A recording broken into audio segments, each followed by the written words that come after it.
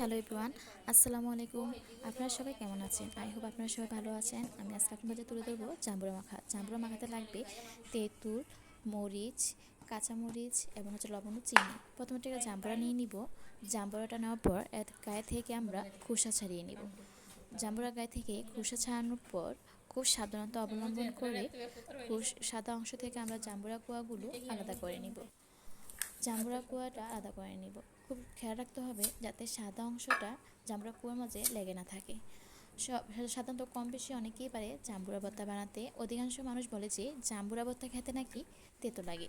তেতো লাগার মূলত কারণ হচ্ছে সাদা অংশটা মূলত অনেক তেতো, যা গায়ে লাগা থাকানে ভর্তাটা খেতে খুব তেতো লাগে। তাই আমাদের খুব খেয়াল রাখতে হবে যাতে সাদা অংশটা অ্যাডজাস্ট না থাকে।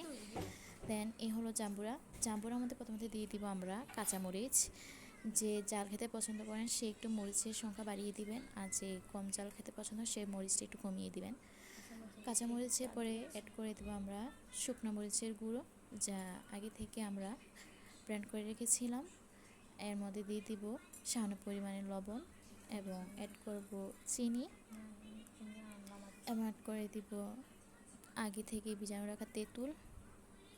এই তেঁতুল তেঁতুল দেওয়ার পর আমরা জাম্বুরাটাকে সবগুলোর সাথে একসাথে মিক্স করে নিব। মিক্স করার সময় জাম্বুরাটা খুব বেশি মাখানো যাবে না। জাম্বুরা বেশি মাখানোর ফলে ভর্তাটা তেতো হয়ে থাকে। জাম্বুরা তেতো হওয়ার মূল কারণ হচ্ছে দুইটা, এক হচ্ছে সাদা অংশের কারণে, দুই হচ্ছে অতিরিক্ত মাখার ফলে। এর মধ্যে তেঁতুল দেওয়ার পর আমরা ভর্তাটার সাথে আরেকটু সরিষার তেল অ্যাড করে দিব। সরিষার তেলটা চাইলে আপনারা দিতেও পারেন, আবার ইগনোরও করতে পারেন। সরিষার তেলটা অ্যাডজাস্ট করার পর ভর্তাটা খেতে একটু ভালোই লাগে, যা যার ইচ্ছা। এরপর আমরা সুন্দর করে সবগুলো অ্যাডজাস্ট করে মিক্স করে নিব। তৈরি হয়ে গেল আমাদের জাম্বুরা মাখা। আপনাদের সাথে আমার আবারও দেখা হচ্ছে নতুন একটা ভিডিওতে। আজ এই পর্যন্ত। আসসালামু আলাইকুম।